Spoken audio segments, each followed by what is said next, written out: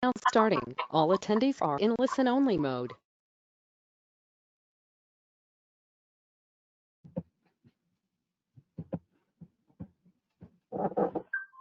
Waiting to view Amit's screen.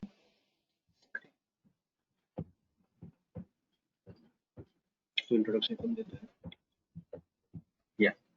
Yeah, sir. Your screen is shared now. Shared? Okay.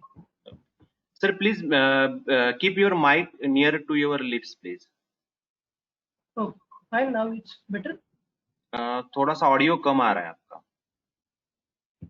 अच्छा, अब Yes, sir. थोड़ा सा loud, please. और yeah. can we start now? Yes, sir. 1 minute, sir. Okay, fine.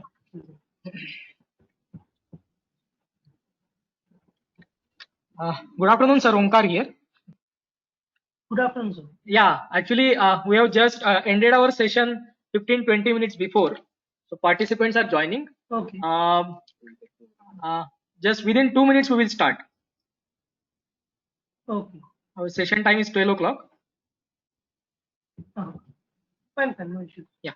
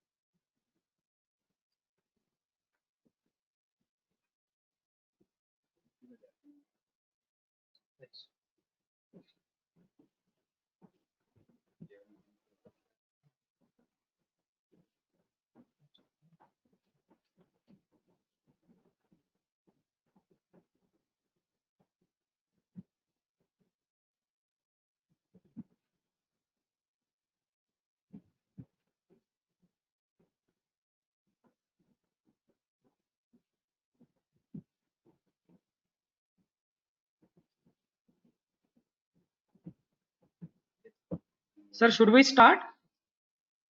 Yeah. Okay. Good afternoon, all. Welcome back to our today's second session for this 3 days FDP on the topic artificial intelligence and machine learning applications in power systems. So we are very happy to have with us Dr. Amit Sant, who has joined with us from Pandit Deen Dayal Petroleum University, Gandhinagar. So it's my pleasure to introduce you all Dr. Amit Sant. Dr. Amit Sant is working as assistant professor in Department of Electrical Engineering, School of Technology, Pandit Deen Dayal Petroleum University, Gandhinagar. He has completed his BE in Electrical and Electronics Engineering from Manipal University in 2004 and MTech in Electrical Engineering from Nirma University in 2007.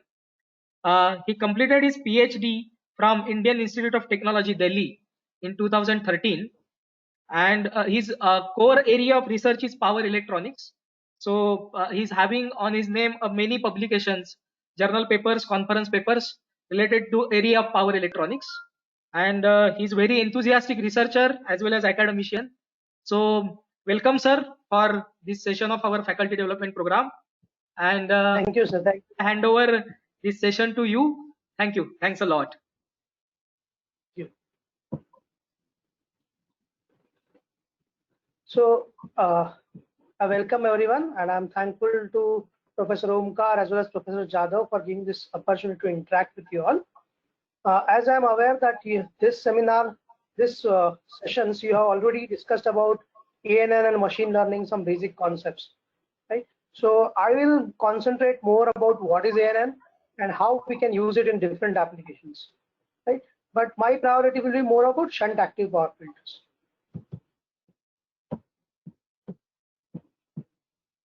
So this is what I feel you'll be able to answer at the end of this session. These are the questions on which we will be discussing. Sir, Yes, sir. actually your PowerPoint presentation is not visible to us. Share. Okay. Yeah. Now it's visible. Just a minute, sir. Your present, yeah, now it is visible. Yes, yes, yes. Make a slide.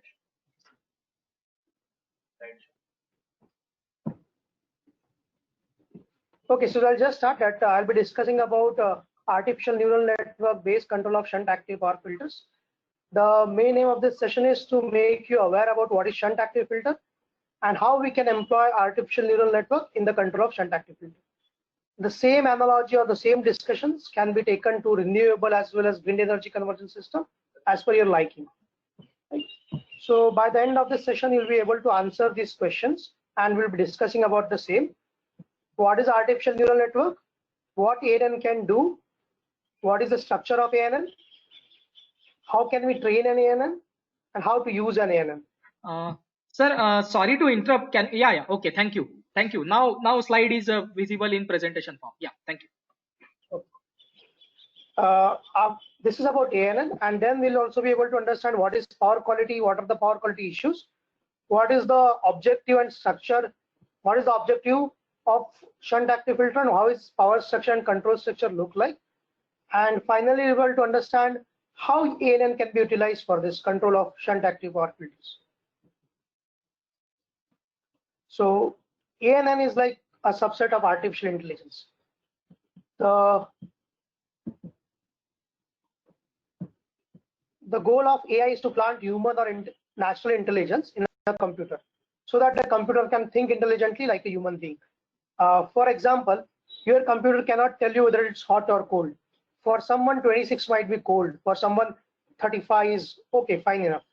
So that is why our human nature is different. It varies from person to person. A person staying in, let's say, Iceland will find 25 to be too hot, right? And same way, someone who is staying in Sahara Desert, let's say Abu Dhabi or Dubai, for them 36 is a pleasant weather. So we want to train AI to have human intelligence. That means it can differentiate between humans. Like our minds are different, it will know that everything is different, things are different, how to segregate the things, how to classify, these things will be there. And we have to put this intelligence in the form of a code in the computer, or in modern terms, an embedded system. In simpler words, I can say AI facilitates the replication of natural or human intelligence for emulation of human thinking. For example, if we make a robot, let's say, and that robot has to visit a restaurant, have tea, and pay money for that tea. So that robot will have taken into consideration what is the ambience, what is the how the food was served, right? What was the taste of the food, how were the plates, how were the seats. Based on that, he will provide the tip. So that is one of the example how it emulates a human thinking. AI can empower a system with computational intelligence, resulting in intelligent system with learning, self-organizing, or self-adapting capability.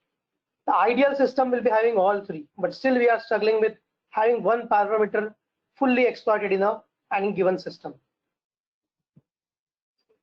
So these are the AI techniques: expert systems, fuzzy logic, artificial neural networks, what we call as ANN, and meta-heuristic techniques or random search techniques.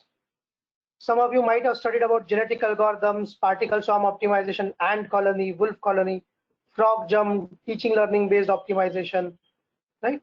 And many more are there. Any natural phenomena can be used in optimization. So these are the major techniques of AI. So expert system is rule based. It's tend to emulate and behavioral nature of human brain based on experience.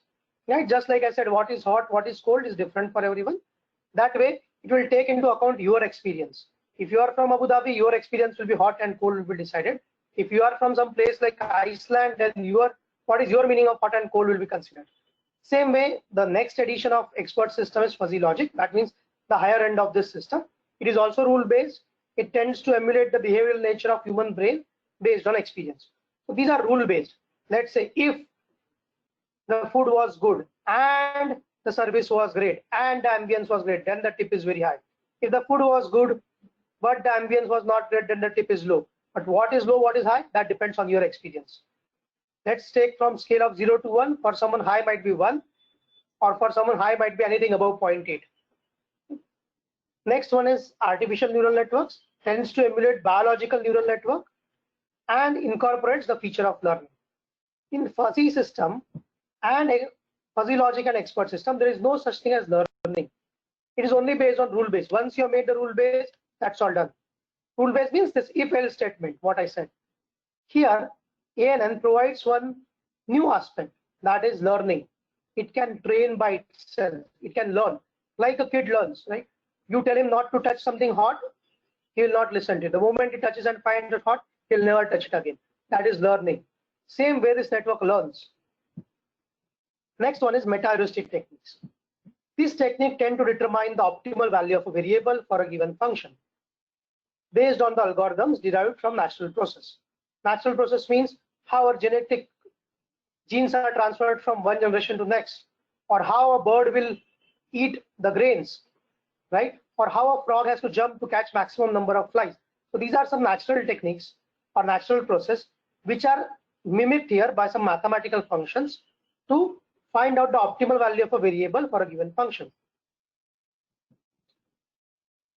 Artificial neural network. Now we'll start answering the questions which will help you out. What is ANN? So it is the most generic form of AI, emulating the thinking process. Right? It emulates a very small part of biological nervous system. Why a very small part? Because if you check, right, the brain, still scientists are working on brain. So still it is not clear. The mysteries, some of the mysteries of brain are not clear to us. So we are not going to map entire brain into mathematical model. We are going to take a very small part of our biological nervous system of the human brain, and we will be mathematically modeling it and implementing it on a computer or a cloud or an embedded platform through appropriate loading mechanism. So what can ANN do? I have just listed out some things which you may be able to correlate. I believe some of you may be having your own kids who are going to school, or some of you may have cousins or relatives who are going to school. So I've just taken an example of my daughter who I was teaching a few days back. So these are the things they were taught in kindergarten: distinguishing the shapes and color, recognizing the alphabets, developing motor skills, on which date, what will be the date, that was how to read a calendar, how to find out a date, and on that date, which day will be there. Then from a figure, tell whether it is hot or cold. They were shown like teacups, they were shown burgers, they were shown ice creams, and they were told. So I'm trying to say, what is this? If ANN is told to do this, let's say distinguish the shape and color, it will say it's a classification problem. If ANN is told to recognize the alphabet, it will say it's a pattern recognition problem. If it has to develop motor skills, the kid has to walk in a straight line, or it has to jump and walk, then it is about controlling. Then if it is a given calendar and told on this date, what will be the day, it is about forecasting. Though exactly it is not forecasting, but still I'll use this example. And then if I tell him, show him a picture of a tea or ice cream and tell him what is this, it is hot or cold, that is estimation. By estimation I mean that we are able to measure something without actually measuring. Right? It's, if I give a small example on this, let's say you have broken a glass vase at your home as a kid while playing cricket inside the house, and your parents come. You want to know the anger level of your parents, and you have a good brother who goes and tells them and finds out, that is estimation. You did not go and ask see how your parents anger, your brother went and saw that. That is the estimation. So rather than measuring a quantity, you measure some other quantity and estimate it. So let's take the example in electrical engineering. Classification can be, we have a 6-switch inverter, that is a 3-phase voltage source inverter. Either one upper switch can be on and 2 lower switch can be on, or 2 upper switches and 1 lower switch can be on. The switch in the same leg cannot be on. So we have 6 switching states. That is a classification. Which switch should be on at what time? We have got 6 different conditions. Among them, 1 will be executed. That is classification. Pattern recognition. Often our voltage, there is a sag or swell in voltage. So we have to determine whether there is a sag, swell, or normal operating condition. That is pattern recognition. Control. Let's say you are driving an electric vehicle and you have to control the speed. You can use ANN to control that speed. Currently, many are using PI controllers, but you can use ANN as well. So this will be your control problem. Forecasting, load forecasting or forecasting of wind velocity system, wind velocity for wind energy conversion system, that is your forecasting problem. Estimation.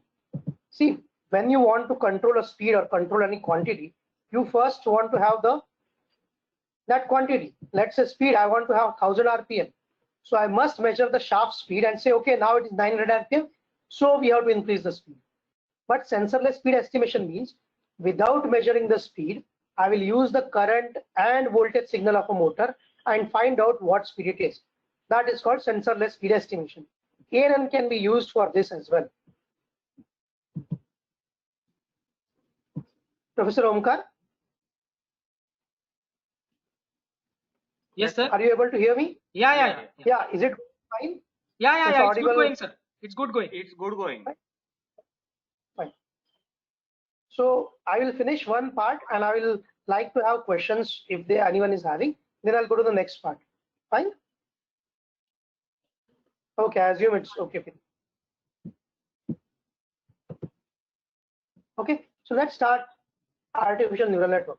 Before we go into artificial neural network, we have to think about what is a biological neuron, because we are going to mathematically model the same thing. So this is a biological neuron, what we have. So these are the inputs to the neuron from other neurons. This is my main neuron. So input signals are received from other neurons through input nodes called dendrites. These are the dendrites, right? So here I will receive input signal from other neurons. This input signal is electrical signal. What we see is electrical signal. What we hear is electrical signal, right? So neurons also are having same electrical signals. So these signals have to pass through this infinitesimally small gap, right? This is called synapse or synaptic junction. This junction consists of neurotransmitters. These neurotransmitters will either allow the signal to flow rapidly or it will retard the signal. That means either the signal will get accelerated or it will get decelerated. In other words, it is nothing but a gain. Either your signal becomes stronger or your signal becomes slower. This synaptic junction of neurotransmitters, they constitute our memory. That is where the learning is going to take place, right? Suppose if I have to jump and I don't run and simply try to jump and fall down. So my neurotransmitter now knows that because I didn't run, get the momentum and then jump, that's why I fell down. So this neurotransmitter, when the signal comes from neuron, don't run, just jump. This will not allow that signal to pass. While the signal comes, run and then jump, then it will accelerate the signal. That means give it gain so that you do the same activity, right? Nucleus. This is the main part, nucleus. What is nucleus going to do? It is going to collect all signals from different neurons. They are passed to the synaptic junction. Based on their experience and level of intelligence, either the signal becomes stronger or weaker. Then all signals are accumulated at nucleus. They are summed up and then they are processed by a non-linearly modified. I should not say processed, but they are modified. The signal gets modified. Once the signal is modified, the signal goes to the axon. This is my axon, the output, to which it will go to other neurons. So now the signal came from different neurons, that is multiple inputs. It was processed through a synaptic junction, which resulted in a gain of greater than 1 or less than 1. Then it was summed up, it was non-linearly modified, and the output was provided. This is the basics of biological neuron. Now, the same neuron needs to be mathematically modeled. So we'll try to mathematically model it. This is how the mathematical model will be. Let's compare the two. This x1, x2, x3, x4, xk and xn, these are my inputs, right? These are the inputs. These inputs are derived from different neurons, right? In our case, we may not have different neurons. There might be 1 neuron or 5 neuron or 10 neuron, depending on system. So these are the input signals. This is my nucleus. This is my dendrite. That is, I'll just go back. These are the dendrites, inputs. This is the nucleus, which sums up the signal and modifies them non-linearly. This is the axon output, and this is the synaptic junction, right? The small gap. Let's compare the same. These are my inputs coming from dendrites. This is my nucleus, which is going to sum up the signal, and this is the activation function, which is part of nucleus, which is going to be some non-linear modifier. And this W1, W2, W3, Wk, and Wn are the weights. They are the synaptic junction or synapse, right? So this is how we are going to mathematically model. So it is going to be x1 into W1 plus x2 into W2 plus x3 into W3 and so on. We'll sum it up here and then we'll process it to a function. The function can be a linear function. It can be a saturation function. It can be a sigmoid. It can be a bell type function or any mathematical function that you feel. The output of that function f of s, s is my sum, f of s is the output of the function, that is my output of the neuron at axon. So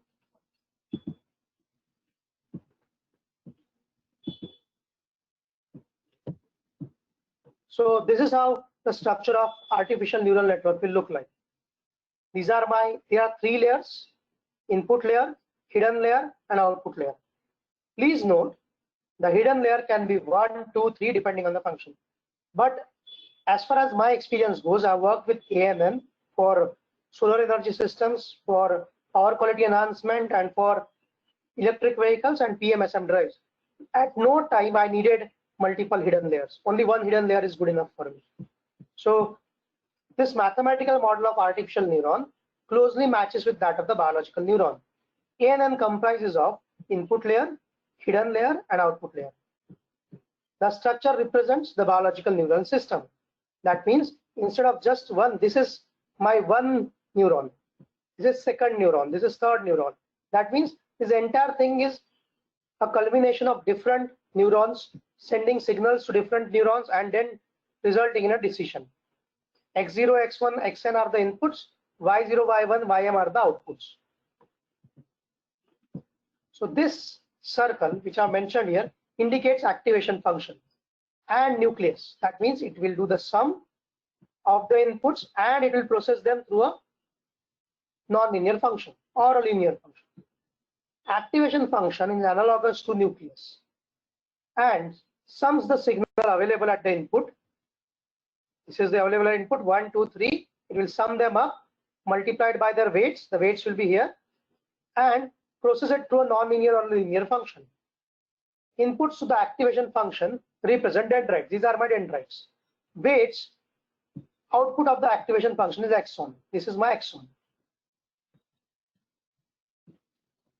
Two layers are connected through a path. So this is a path which is connecting. This is the path which is connecting this one to this one. This is the path connecting this to this. So this path is analogous to synapse or synaptic junction. This is how we have mimicked the neurotransmitter. So this has a weight, right? The weight can be greater than 1, lesser than 1. If it is greater than 1, the signal will be amplified. If it's lower than 1, the signal will be reduced. Right? That is how the intelligence is building up. However, when we implement practically, usually all these inputs are taken in per unit quantities and then still reduced to a very small quantity. We cannot have varying quantities like 230 volt, 450. No, take it a very small quantity. So this is always less than 0 as per that logic. At a point, not less than 0, so less than 1. It will be between 0 to 1. Sometime a negative number can come. Depending on the value of weight, the input signal accelerates or decelerates. That means either the signal will become stronger or weaker. So now we come to a question: how to train ANN, or what is meant by learning of ANN?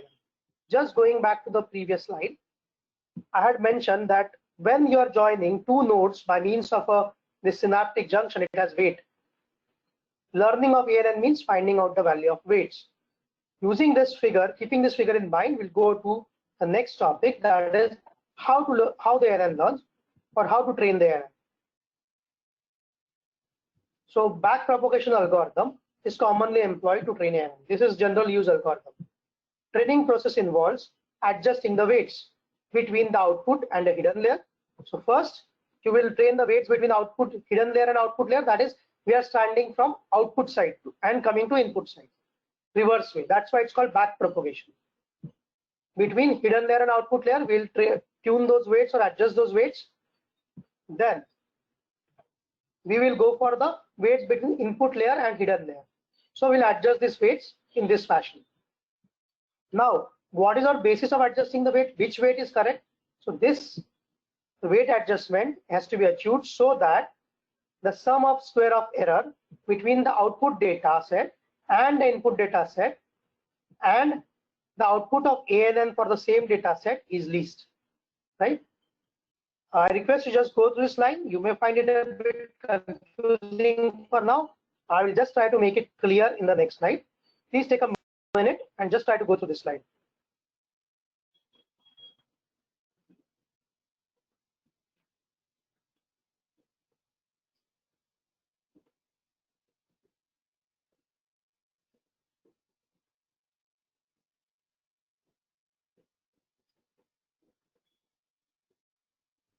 Fine, we'll go ahead.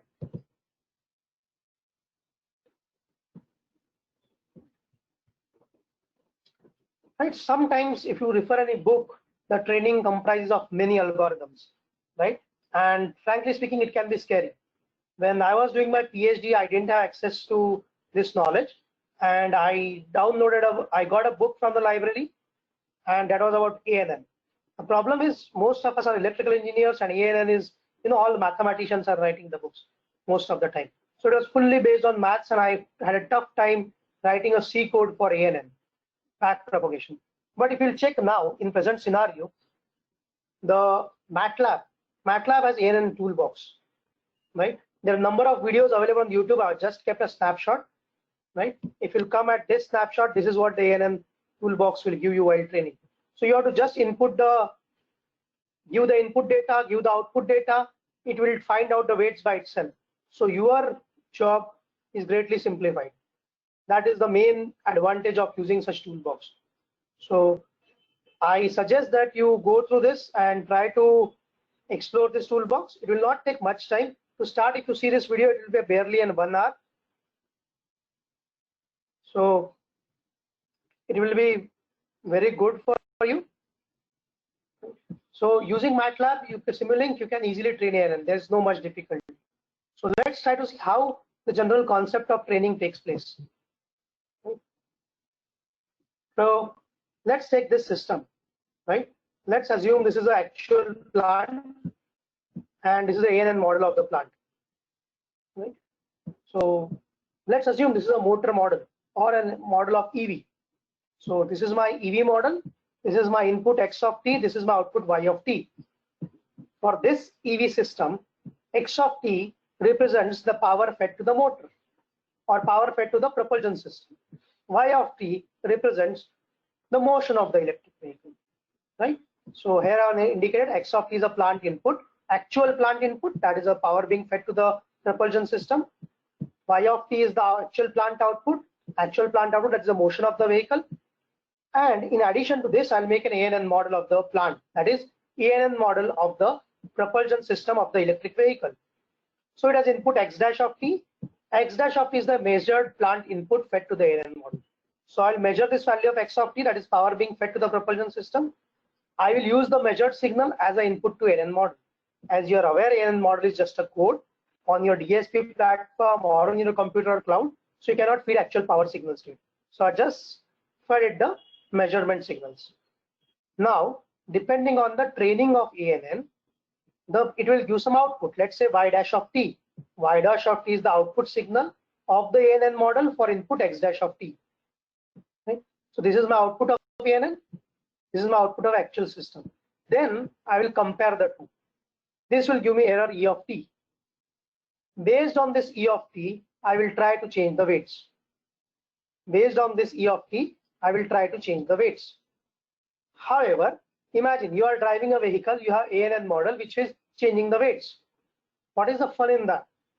Right? You want your ANN driving the vehicle. You don't want your ANN learning from your vehicle all the time. Right? So what you will do, you will not actually have a plant model. You will measure the value of X of t and you will measure the value of Y of t. So these are the measured values that you'll feed. This is what I have shown is where you are doing online training. That means ANN weights are getting changed as the change is happening in the system, actual plant. However, the present state of technology, if you check, online tuning is little bit difficult. Difficult not in terms of coding, but difficult in terms of execution. So your processor has to do many things in a EV. It has to control the propulsion system, it has to generate the gate pulse, it has to give protection signal, it has to manage the battery. All these things are there, and some auxiliary devices as well. So the amount of time required to execute a code is very less. That is why you cannot have online system. Mostly we have offline system. One system of offline can be, suppose you have a brand X has made a two-wheeler bike. All the data will be fetched and fed to a cloud. That cloud will be having an ANN code which will continuously train the weights. And those weights will be transmitted to all the vehicles to change their ANN model of control. Right? So, Professor Omkar, is it okay if we ask ask the candidates Yes, if there is any doubt in this? Is it okay going? We will take the question at the end. We are asking to make the question in the chat box. So we'll take the question at the end. Fine, thank you. So in this, what is happening? We have a measured signal being fed to the ANN model. Right? So let's have a look at another type of ANN model. We call it recurrent ANN model. That means or time delayed recurrent ANN model. What we are doing, we have signal X of n, that is the input. I have the measured quantity X of n. Then I'm taking the previous sample of the input. Same way output Y dash of n, and I have taken the previous value of Y dash of n. Right? So I'm taking the current input signals, previous input signals, and previous output signals. So output is going to be the output on this instant, or this sample is going to be the input for ANN plant for the next sample. This is the model I used in my work. That's why I wanted to introduce this. Right? So we have covered the basics of ANN. We have tried to cover what is ANN, how to train an ANN, or what is meant by training of ANN, and we have covered the structure of ANN.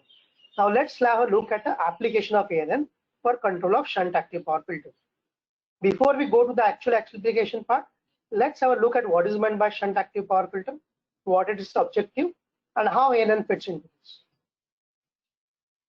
So before we go to a shunt active power filter, we come to power quality. In simple words, power quality deals with the quality of power being delivered at the consumer's end. What is the type of power being delivered? You may have sometimes observed that as you switch on one of your devices, there is some disturbance in television or sometimes even in tube lights. Or your neighbor, like next to my house, there was a floor mill, and whenever we started the floor mill, there was a dip in my house. So voltage used to dip. That is a power quality issue. As per the IEEE standards 519, power quality can be defined as deviation in voltage, current, power factor, frequency, or harmonic contents from the specified limits that will adversely affect the end user equipment. It may happen that you are degrading the power quality, but someone else is getting affected by it. That's why we need to take care of this issue. Power quality in power distribution system becomes a critical issue because of tremendous increase in use of nonlinear loads. By nonlinear load, I mean your SMPS, they are nonlinear loads. They are not following Ohm's law throughout the cycle. These loads introduce current distortions. Current distortions will lead to voltage distortions, and your power quality of the grid, or what we say grid pollution, takes place. Right? So power quality in power distribution system becomes a critical issue because of tremendous increase in use of nonlinear loads, and poor power quality has a significant influence on sophisticated sensitive equipment. If I give an example, these days the compressors in the refrigerators and air conditioners are PMBLDC or PMSM based. Even PMBLDC is being used in washing machines. So these motors have inverter at the input which requires DC supply. That DC supply comes from our AC grid. That means our grid has to be, the grid supply has to be rectified and then fed to the inverter of these motors. That means we are drawing non-sinusoidal current from the grid. This is how the power quality is degraded. Right? Power quality is degraded due to voltage and current distortions. Hence, it is important to maintain sinusoidal waveform of bus voltage at rated values and frequency by ensuring that loads are drawing sinusoidal currents only. But however, this is not possible, right? Because our loads require non-sinusoidal currents. So how to overcome this problem? Non-linear loads draw non-sinusoidal currents. Most of our load, your electronic ballast, your fan regulators, all these are non-linear loads which cause non-sinusoidal voltage drop across the line impedance. Right? You have non-sinusoidal voltage drop across the line. That's why your voltage also becomes non-sinusoidal. Thus, current distortions lead to voltage distortions and they are introduced in the grid. This leads to a number of issues and hence harmonic current mitigation is of prime focus. So what are the ill effects of current distortion? I just listed out a few. Excessive heating, because your magnitude of current increases, you have the current required to do the work, plus you have the harmonic currents which are not going to do any work. So you have more current being drawn, that's why excessive heating. Equipment needs to be derated. That means if you want to use 1.2 kilowatt fan, you will be taking 1.5 kilowatt, but changing the nameplate to 1.2 so that the heating does not damage it. Vibrations and noise, your torque ripples will increase. Maloperation of protection system, there might be failure of protection system or a control system. Because of excessive heating, lifespan of the equipment is reduced. As more current is drawn and harmonic currents are not going to do any work, just they're going to cause I2R losses. Your power loss increases, your efficiency reduces. Because more current is required to do the same amount of work, overloading of the equipment takes place. Voltage distortions are introduced in the system. They lead to under voltage or over voltage. Harmonic distortions. Now power factor is not only the angle of the displacement between fundamental voltage and fundamental current, but it is a product of displacement factor and distortion factor. Once the distortion factor comes into picture, distortion factor is less than 1. That means your power factor is actually being degraded. So poor power factor means you know what the problems will be. Right? In worst case, this can also cause brownouts as well as blackouts. The distribution network will be underutilized. Sensitive loads, hospital diagnostic equipments will be in great danger because of this. That is why we need to eliminate the current distortions from our system. Just example of some of the non-linear loads responsible for current distortions. You have your SMPS, adjustable speed drives. 70% of the globally produced electrical energy is consumed by adjustable speed drives all over the industries, in your homes. An electric vehicle is also adjustable speed drives. So they are going to impose heavy burden of non-linear load on the grid. The fan regulators, AC voltage control base, battery chargers. When we talk about electric vehicle, we talk about battery charging, and battery charging will have a lot of distortion. That is going to have severe impact on the grid. That is why this topic is of significance. Static converters, consumer electronics, electronic ballast, arc furnaces, your UPS, HVAC systems, all these are responsible for the current distortions. So what is shunt active power filter? Shunt active power filter are custom power devices employed at consumer premises to mitigate current harmonics and compensate for the reactive power demanded by the load. Right, so they will be, suppose you have industry, then active power filter should be in your industrial premises. Right? So SAPF provides the harmonic current and fundamental reactive component of load current, or SAPF provides the harmonic current and fundamental reactive component of current demanded by the load. Right? Load has three components: fundamental active component, load current has three components: fundamental active component, fundamental reactive component, and harmonic component. Out of this, harmonic component, which is responsible for distortion, is provided by shunt active power filter. Same way, the reactive component of current, which is responsible for power factor degradation, is also provided by active filter. That means the grid has to provide only the third component, that is fundamental active component. So fundamental active component of load current will be provided by the grid. Because it is active component and it is sinusoidal, because no harmonics are there, that is why your power factor will be also unity or very near to unity in practical conditions. Hence, but when you have to control this device, shunt active power filter, you have to tell it, this is the fundamental active current, this is the fundamental reactive current, this is the harmonic current. Right? That is why in all active power filters, it is very important to extract the fundamental active, reactive, and harmonic currents. This is the general structure of control of SAPF. Right? Some of you are working in this area, they may say this is a very simple structure. I absolutely agree with you. These are kept for understanding. right? So that those who are not worked in this area or are new to this area, they'll be able to catch up this very fast. So these ILA, ILB, ILC are my load currents. This is the phase angle of the voltage, theta. Based on these four quantities, I will try to find out ILA1, ILB1, ILC1. Now, ILA1, ILB1, ILC1 are my fundamental active component of load current. They are the magnitudes. I'll multiply this magnitude with a sine wave, that is sine theta minus 120, sine theta minus 240. So these three at the output end of sine wave are called unit template vectors or unit voltage vectors. These vectors tell you how is the fundamental voltage varying in per unit values. So you will multiply these quantities and you will get instantaneous values at the output of this product block. So now here at the output of this product block, my current will be IA1, which is the peak value of fundamental active component of load current multiplied by sine theta. So I'll get IM1 sine theta. Same way IM1 sine theta minus 120, IM1 sine theta minus 240. These currents are the reference source current. If your source is providing these currents, which are available at the output of the product blocks, then your current is sinusoidal, source current is sinusoidal, and it is in phase with the voltage.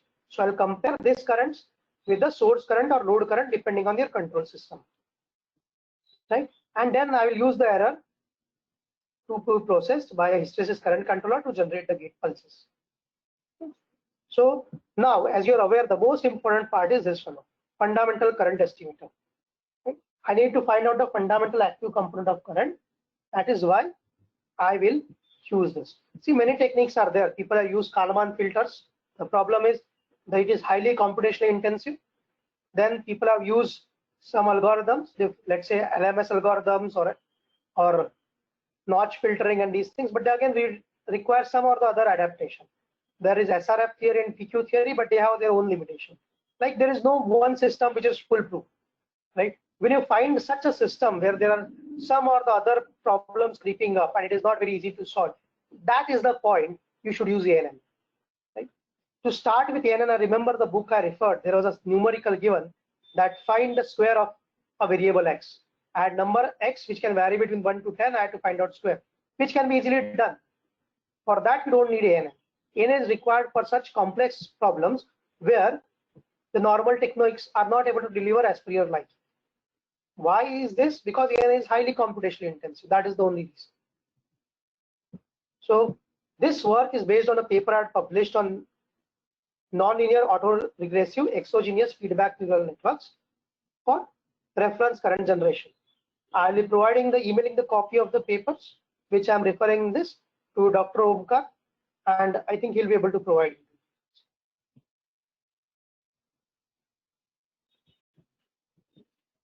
Right. So what are the contribution in this paper? This paper proposes a non-linear autoregressive exogenous, that is short form is NARX feedback neural network based reference current generation scheme for three-phase shunt active filters.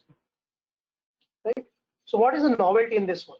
I am presenting it in the form of a paper so that people can pick this up and develop idea in similar fashion, and you can have a great time publishing your idea. If you're publishing, please share it with me. I would be very happy to have a look at it. So there are different filters, as I said, notch filter, Wiener filter, least mean square algorithm, adaptive linear neurons, which need to be individually implemented for each phase for the extraction of fundamental active component of current. That means these algorithms which are commonly used, you need to apply them to each and every phase. If there are three phases, this algorithm has to be repeated 3 times. This is the drawback. You have to do it 3 times, which is highly computationally intensive.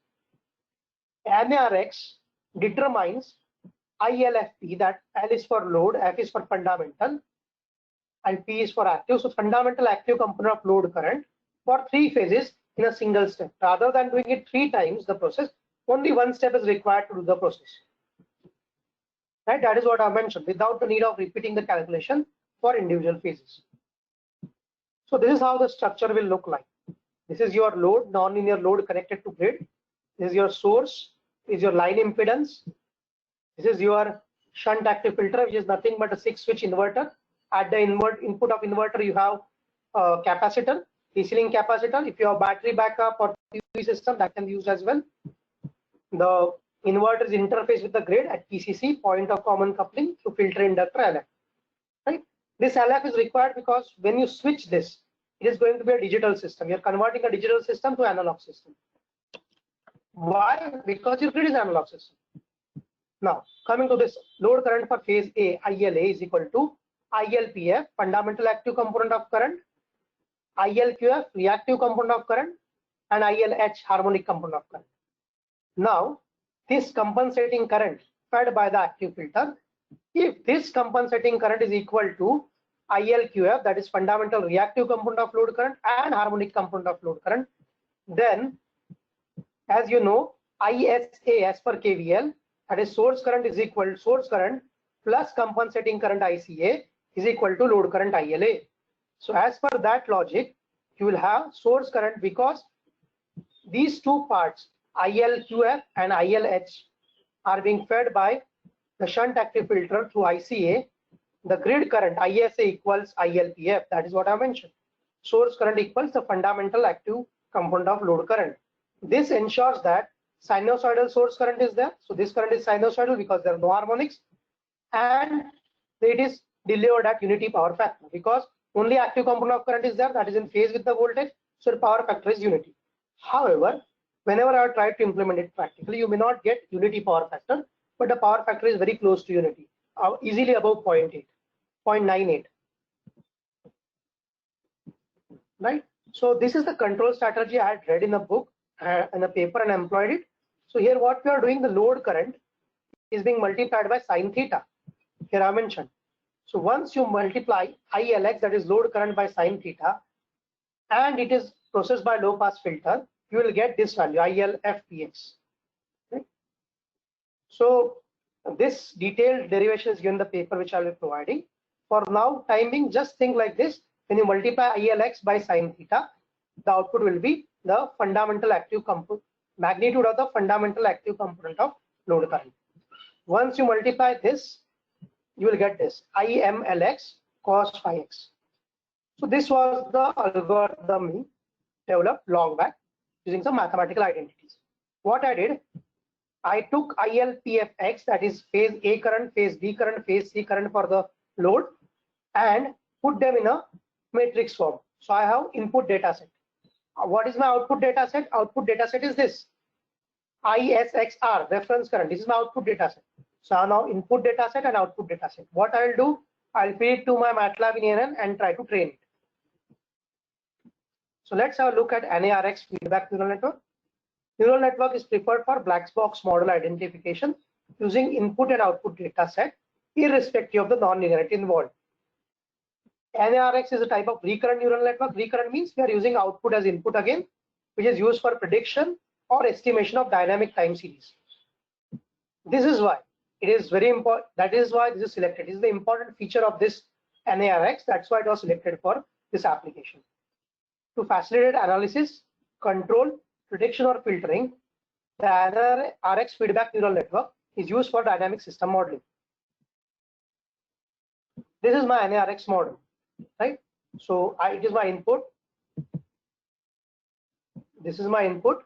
I have two inputs being fed, UN, that is input, UN minus 1, that is my input of the previous sample, right? So this is fed as X. Then I'll do some scaling. As I said before, I have to bring it within some range. I'll process through weights, that is gain, WP, add it here. This is my summation block. Then I have fed it to hyperbolic tangent activation function. So this activation function is nothing but tan h. Whatever input, output will be tan h of that. So this is my activation function plus summing block, that is my nucleus. This is my layer 1 hidden there. Then I'm feeding this through a gain, that is WQ. Again, I'm using my summing it up, all the inputs coming here, and feeding it to a linear activation function. This time it was non-linear, here it is linear. So these two are the second nucleus. Nucleus is involved in the hidden layer and output layer. Then I'm feeding it to the output, Y of n. So NARX feedback neural network algorithm is implemented for reference current generation. I have to find out how much current should be supplied by the source so that the current is sinusoidal and it is at unity power. Also, the remaining part of the load current can be fed by the shunt active power filter. This reference current is the current which, when fed by the shunt active filter, results in harmonic current and reactive harmonic current mitigation and reactive power compensation. Input to NRX feedback algorithm. What are the inputs to this? Three-phase load voltage, load currents, right? So you have three load currents, you feed them as inputs, and unit voltage templates or unit vector templates, right? That is your sinusoidal cofunda per unit values, instantaneous per unit values of the fundamental component of voltage. Then same thing you will feed again, three-phase load currents and unit voltage templates of the previous instant, n-1th instant, right? What is the output of this? Compensating current. That is the output of the output of this ENN block is the compensating current. That means the current to be fed by shunt active power filter. So this sample of three-phase compensating current at previous instant. What was the output at previous instant? That is also fed as input. Also the output at n-2th instant. That is also fed as input. Then sample of fundamental active component of load current. So this compensating current is nothing but reactive component plus harmonic component. The fundamental active component is separate from it. That fundamental active current at instant n-1 and n-2 are also fed. So you have pretty huge set of input quantities, right? This is what UNL. ILX, ILA, ILB, ILC, unit vector templates, UA, UB, UC, ICX, n-1 and ILPF n-1.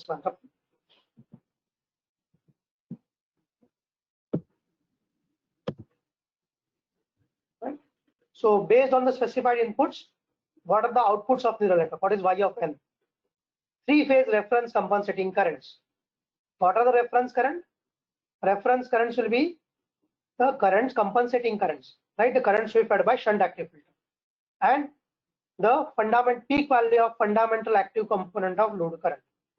These are the output Y of n, right? This is one quantity, these are three quantities. That is why written as 1 cross 4. If SAPF is controlled such that injected currents is equal to reference compensating current generated by NARX feedback NN algorithm, then source current TH is less than 5%. As per IEEE standard 159, if your TH is less than 5%, then that is a sinusoidal quantity and unity power factor. Right, so I'm just giving the details that I use. Input of number of inputs are 20.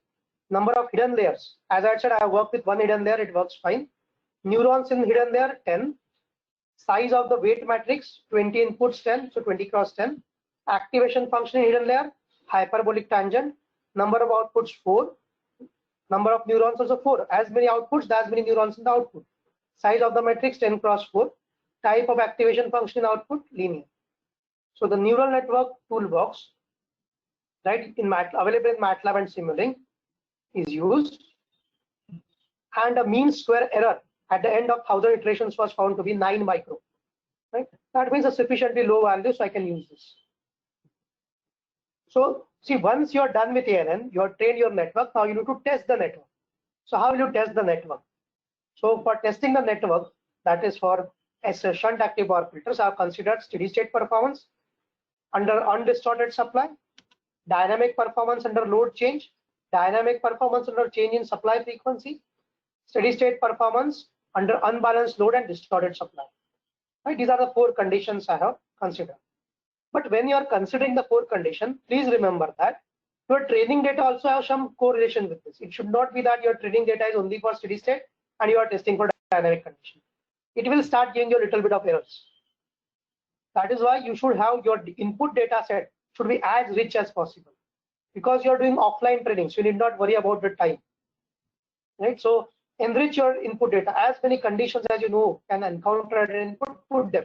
That will give you the best possible output. So this is the system specification I use. I use 3-phase 71 volt 50 hertz supply.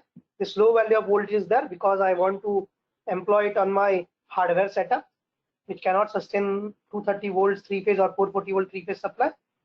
These are the values of my source impedance. My DC link voltage is 200 and interfacing inductor is 4 milliamp.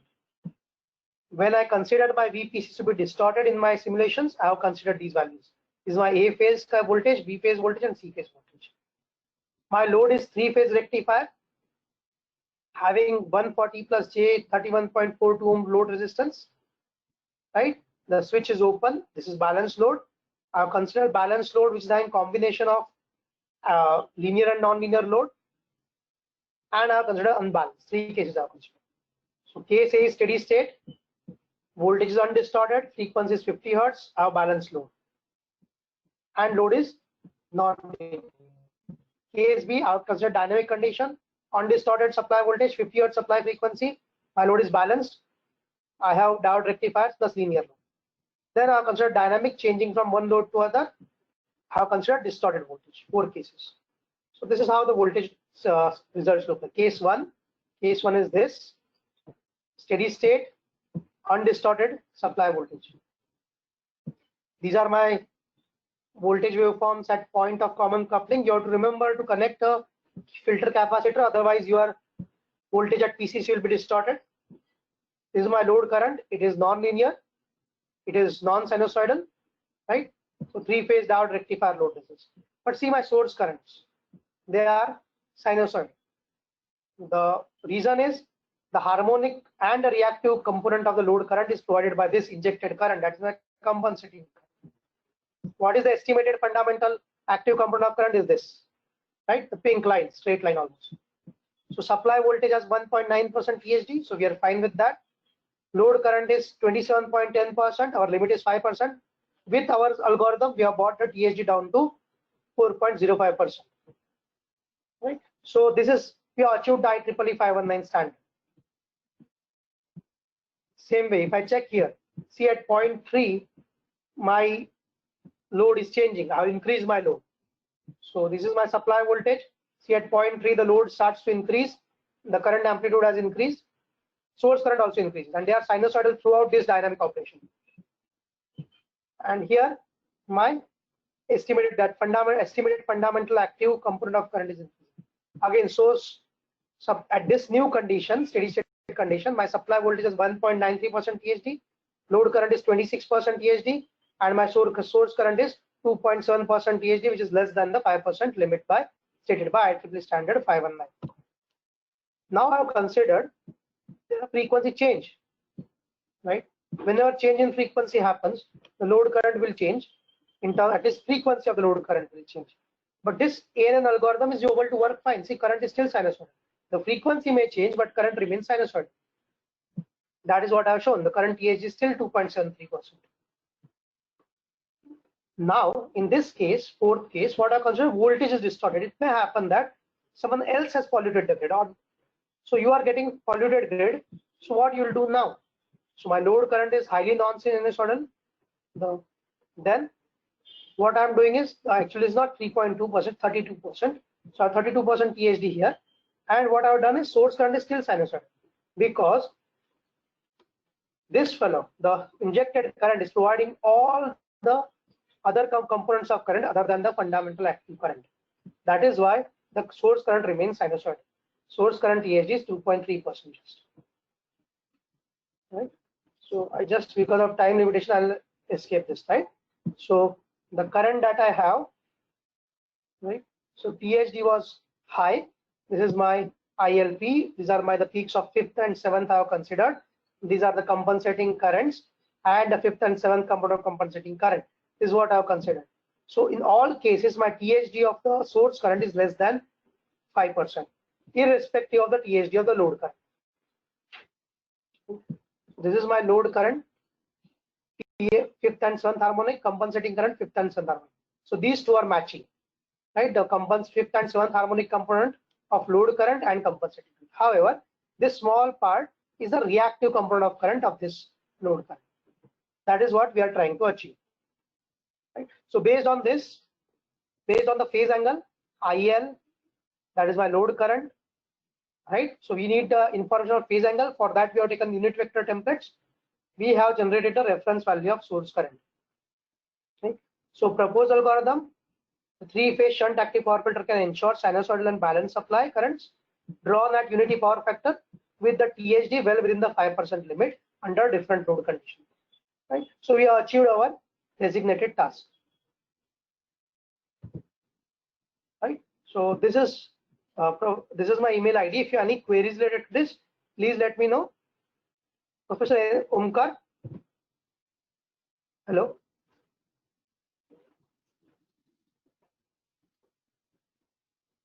Hello, Professor Omkar. Am I audible? Yeah, yes, sir. Thank you, sir.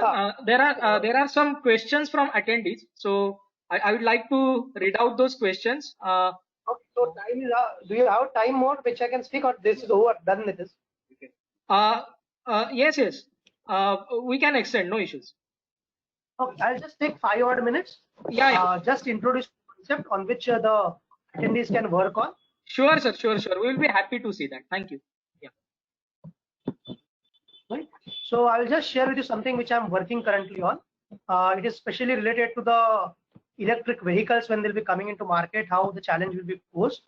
So see, electric vehicles, it may happen that you will have a single phase charger for electric vehicles at your home, let's say for a two-wheeler electric vehicles, and the current will be highly non-sinusoidal. Even your single phase fan, it is having non-sinusoidal current because we are using AC voltage controller. So that time what will happen, your ANN will fail. The reason is this. If you see this waveform, this figure, I'll just enlarge it. If you'll see this is the current of the AC voltage controller. Something similar currents you are getting, if not exactly similar, something similar you'll get in a battery charger as well. For some period, there is no current. See, from 0 to alpha or pi to pi plus alpha. So the ANN model will get confused. If this is 0 corresponds to this time period or this time period. Even if someone says I'll use voltage waveform to know what is the exact time period corresponding, because of the phase shift involved, it will still get confused.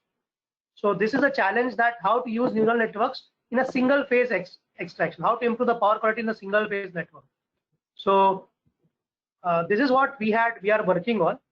We have used a simple, if you remember last time we had a discussion in your college only, I had said something about simply using a simplicity in a research. So our simplicity was this: we use the load current and we use 90-degree phase shift in load current.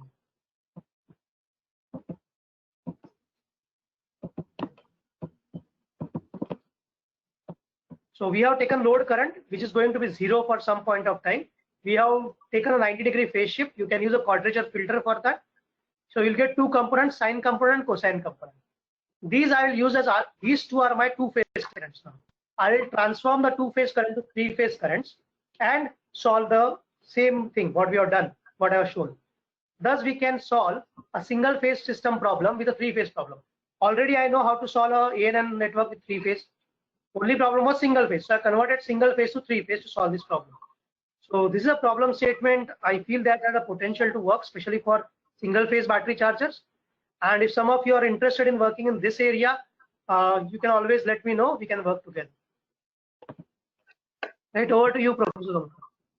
Yeah, okay. Thank you, sir. There are some questions which are appearing in question panel. So I'd like to read out those, if we can address those. Should I read out questions, sir? Yeah, please. Yeah. So there is one question from Satish Kumar, sir. How to train ANN to recognize selective patterns like resistor, inductor, diode, etc. Okay, for that resistive, I will not say directly only inductor, because if we connect only inductor to a source, it might be a problem. Yeah. So what I'll say, if I can say whether it's RL load, RC load. So what I'll do, let's assume I have a single phase supply connected to RL, right? So what I'll do, I'll measure the current and voltage, current flowing through the RL circuit and voltage across RL circuit. Then I will check with ANN, I will try to find out what is the fundamental active component of current, right? If the current has fundamental active component only, then I'll say it is a resistive network. It has a reactive component, whether it's depending on polarity, I will say it is a capacitive network or it is a RL network.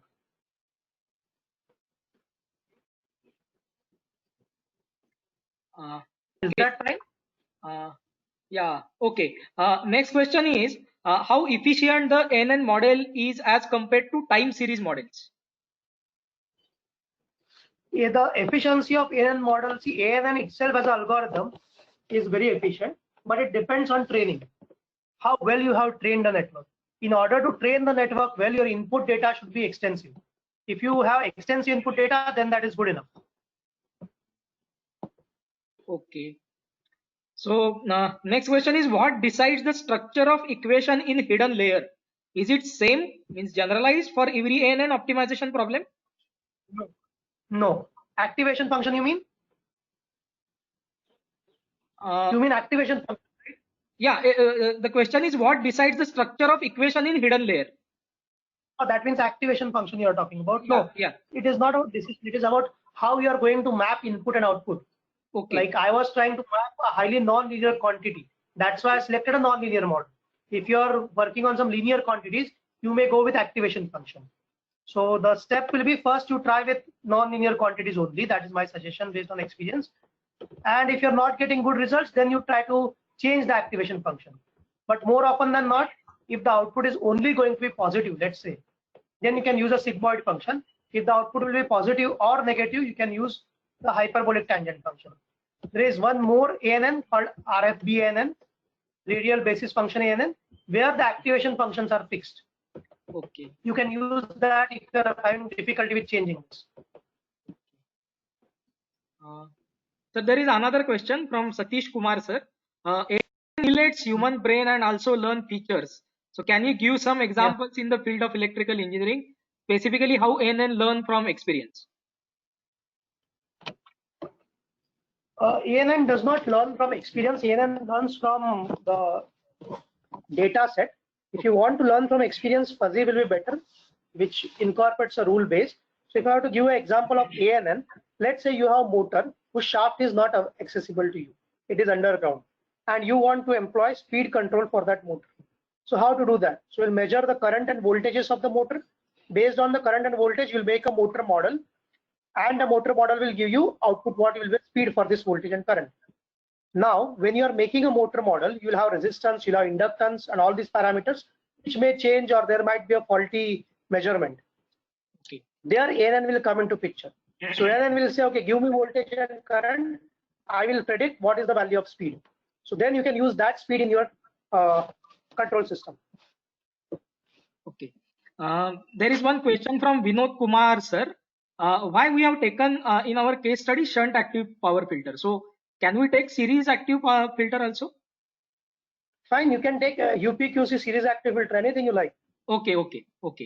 So right, series active filter means you can detect sags well.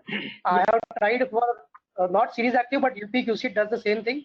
It finds out the sag and swell in the voltage, as well as the harmonic and active component of current for the shunt compensation. That is fine. Okay. And there is another question by Deepak Mishra sir. Sir, what are the limitations of artificial neural network? Okay, one limitations I'm currently working on and trying to solve, which came up in one of the DAU I implemented in industry, was that you have trained ANN for, let's say, 1,000 conditions you have to consider. But in our power system, there is always going to be 1,001 condition, which will cause problem for your ANN. Yeah. Right?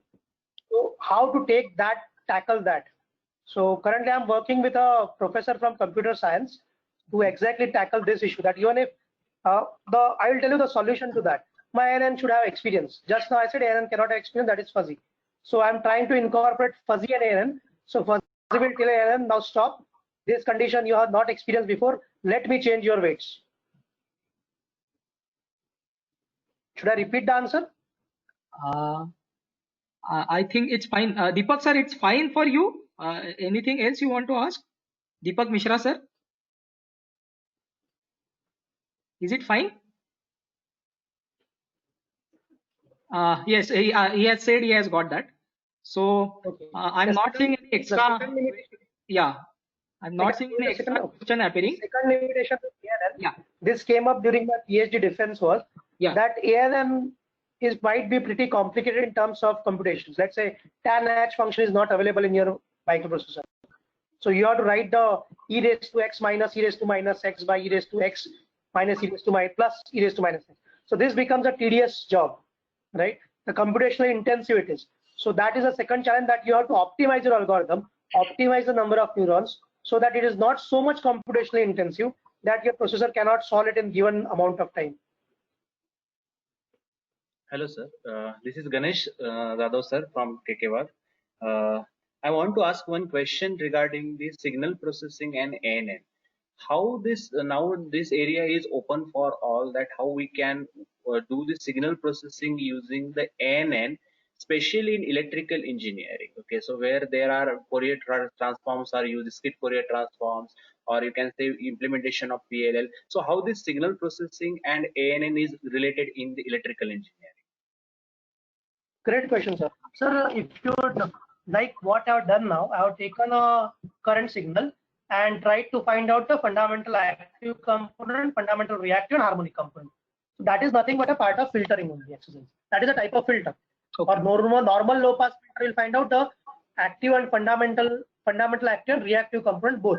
It will not be able to separate. So with ANN, I'm going to able to go one step ahead. One great thing about ANN compared to a normal filter is our traditional filters will give you phase shift, right? Or it may attenuate the signal. Right? If you want a stiff cutoff frequency, you will have to do with phase shift, something like that. So this trouble of phase shift and the cutoff frequency is always there. There's a trade-off. If you are using a band pass filter, center frequency is 50 hertz. If the center frequency, the actual frequency changes to 50.5 hertz, the performance degrades. ANN, that performance will not degrade. So what we are doing with Fourier, you are just going to do the same thing. Try to find out the different components. Let's say fundamental component. Same thing will be done by ANN. But what all the problems that we are facing in terms of phase shift, or if frequency changes, what will happen? Those will be compensated by ANN. That is the beauty of this system. Great. I'm not seeing any other question appearing in question panel. So what I feel participants are satisfied with our overall presentation. And if they are having some extra questions, this is my request to participants. You can definitely mail. Okay, sir. I felt that it was going really good. Yeah. It may be questions not related to presentation, but general implementation of, let's say, for EV. Yes. Yeah. So. Or even for your research aspect. Yeah. So if participants are having some more questions, they can be in touch definitely on my mail ID. My mail ID is available with all participants. So you can connect definitely Dr. Amit Sant sir at any time. My personal experience, I am telling you, he is very approachable person. So we always have a lot of discussion even on WhatsApp. So he is that much approachable. So thank you, sir. Thanks a lot for your valuable time, even after your busy schedule at your own institute. On my single telephonic call, you agreed our proposal, and you said that you'll be delivering the expert lecture. So thank you. Thanks a lot for your valuable guidance to all of us. And I'm also looking forward to your more association with KK in future also.